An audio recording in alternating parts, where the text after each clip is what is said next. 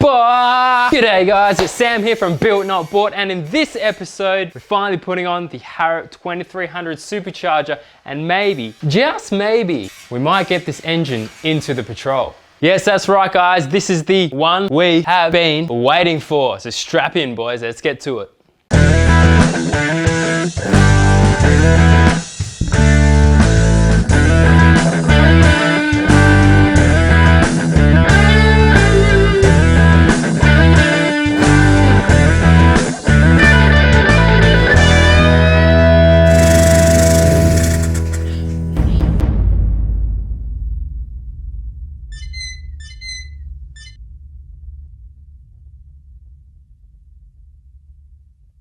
Patreon. Support the future of Built Not Bought.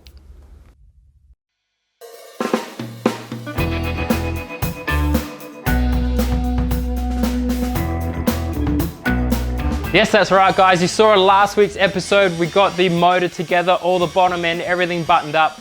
Oh god, can you hear that grinding in the background? I don't even know what's going on. I think it's the canopy going together. Hopefully it doesn't interfere with this too much. But yeah, that's right, this week we're gonna finish off putting this thing together. I wanna get the supercharger on there, all the sort of hoses and wiring, probably look at doing the intercooler as well, and maybe get this thing dropped into the Patrol and start hooking everything up. Well, hold on a second. We missed a bit there. Oh, bloody hell, there's a racket going on outside. What's going on? What we're gonna do now that it's off the engine stand, we've got access to the back here. I've torqued up this rear plate and now we've got to put on the flywheel. Now this flywheel was supplied with the center force clutch. Now, oh Jesus. So just for now, we're gonna pull up this flywheel using the supplied bolts. They've got their own torque settings and stuff. You really wanna make sure there's a real clean, flat surface on this. And once that's bolted on there, we can sort out the clutch later, but I really need to get the gear on so we can lock the flywheel to get this front pulley on.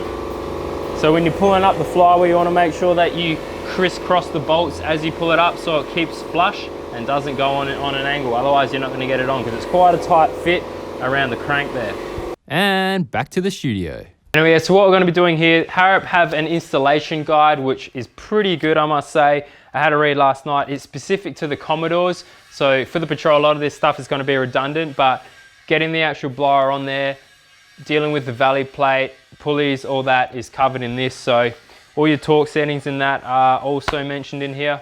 What I want to do first is put these gaskets on. All that is a couple of pot rivets that are supplied. Now, there's a left and a right to these, so this just ensures the right one goes on, and when you lift the blower on, they're not going to fall off and end up on the piss. So pot rivet these on so they don't move anywhere, and then we're going to torque down the blower. They're pretty small bolts. They're only done up to, I think it's like 12 Newton meters because this seal is so spongy.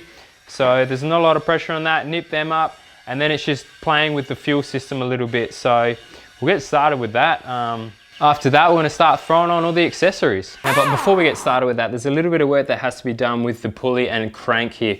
This is a little jig that's supplied by Harrop, and there's two small holes in here.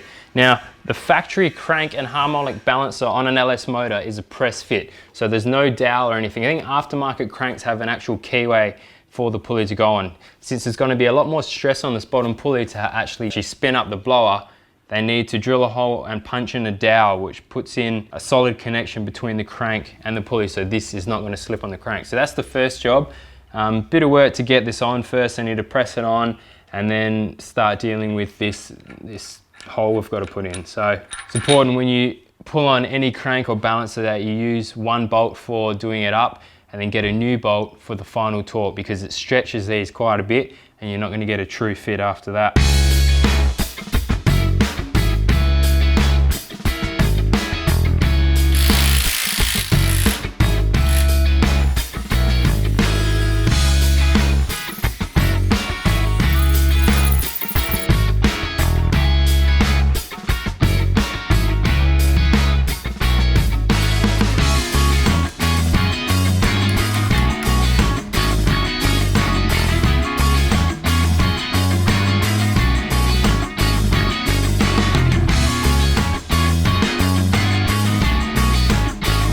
Installing the alternator and the aircon, the mask kit included a relocation bracket. Now you can't fit the LS motors into a Patrol with the alternator and aircon compressor in the factory positions.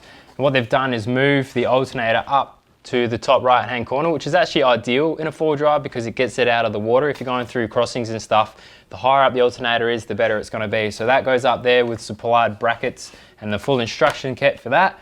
The aircon compressor is still down near the bottom. I think it's just switched sides to allow for the engine mounts to go in, and you're not going to have any clearance issues with the chassis rails. So we'll get them on now, and that's most of the accessories bolted on. I think the power steering just goes in the standard position. All you need to do is get a line made up to adapt to the new banjo on the Patrol there, and we're looking good.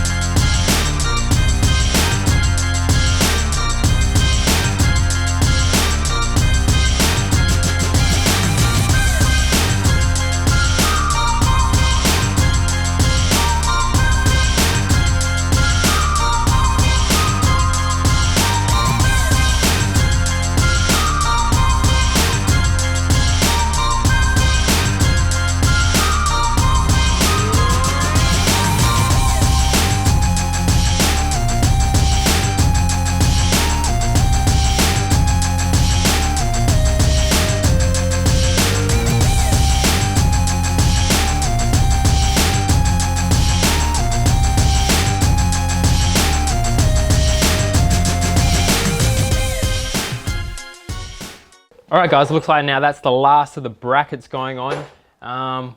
Pretty much, I'm just waiting on one idler pulley here to go on still, but that can be done in the car. So it looks like we're pretty much ready to drop this thing in. But first, we need to turn this thing around.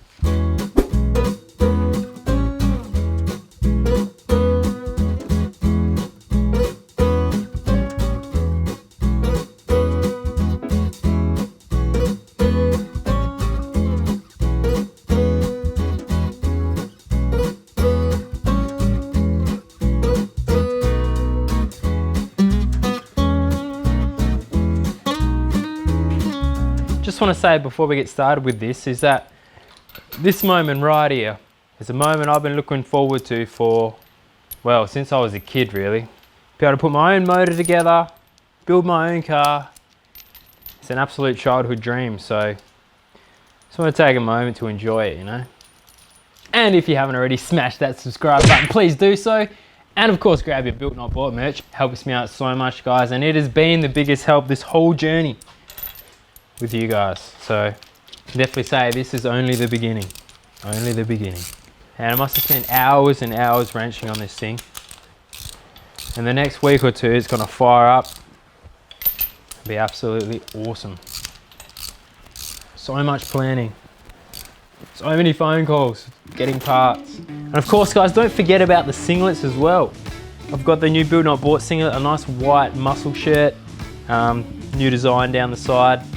So comfy. So grab yourself one of them if you wish to do so. But yeah, once we get this thing lifted up, make sure it's all balanced. I've got this nice little rod thingamabobby I just got from Supercheap, so you can actually like tilt the thing in once it goes in to line up the gearbox. It's very important that it goes on the spline nice and evenly. Probably a bit of muck around with doing that, but yeah, there's a few things to finish off on here which can be done when it's in the car. But yeah, let's get it off, sort the clutch out, drop it in.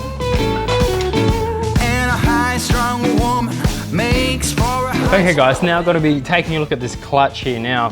First thing I want to do is just give it a wipe here. It's important that this thing is really, really clean. Any bit of oil or grease is going to cause slippage with the discs, of course.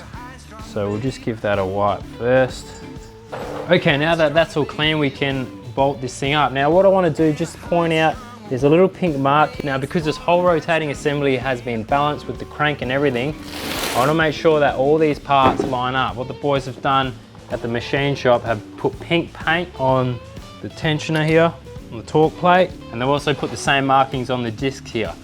So first what I want to do is take off these bits of plastic here. Now with the clutch you get given an aligning tool. This needs to go into the center bearing there on the crank, and it helps align all of these gears up.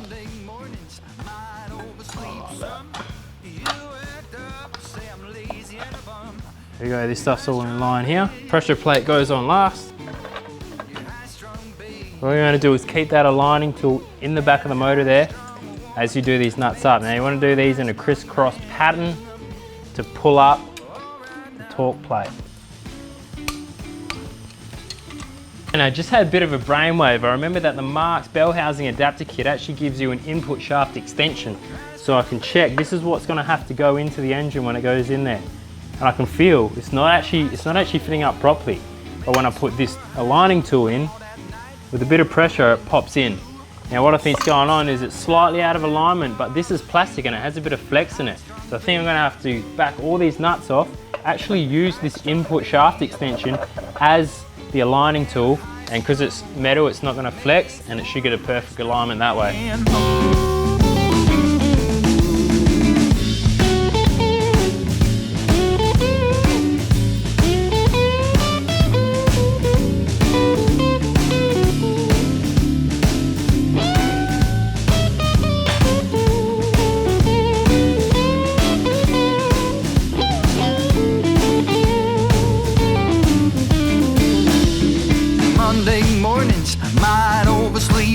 So what I'm doing here is just lining up the angle of the engine to match the face of the gearbox. So when we go to push it on, it's all going to be flush and lined up. You can see there, what I've done is tilted up the back of the box, which is actually angled it towards the rear. Now with this thing here, I've wound it forwards, so it tilts the top of the motor backwards, and as it goes on, it should be all square.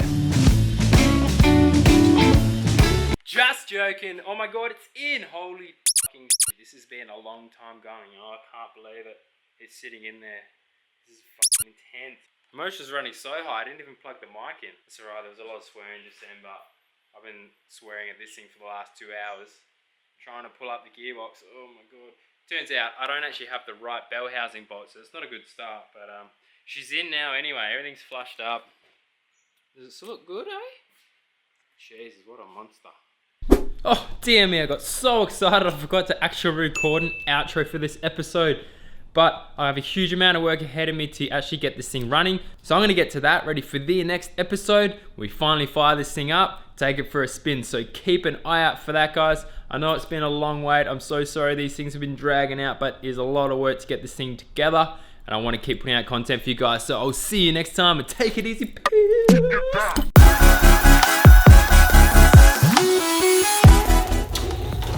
Oh, hello there.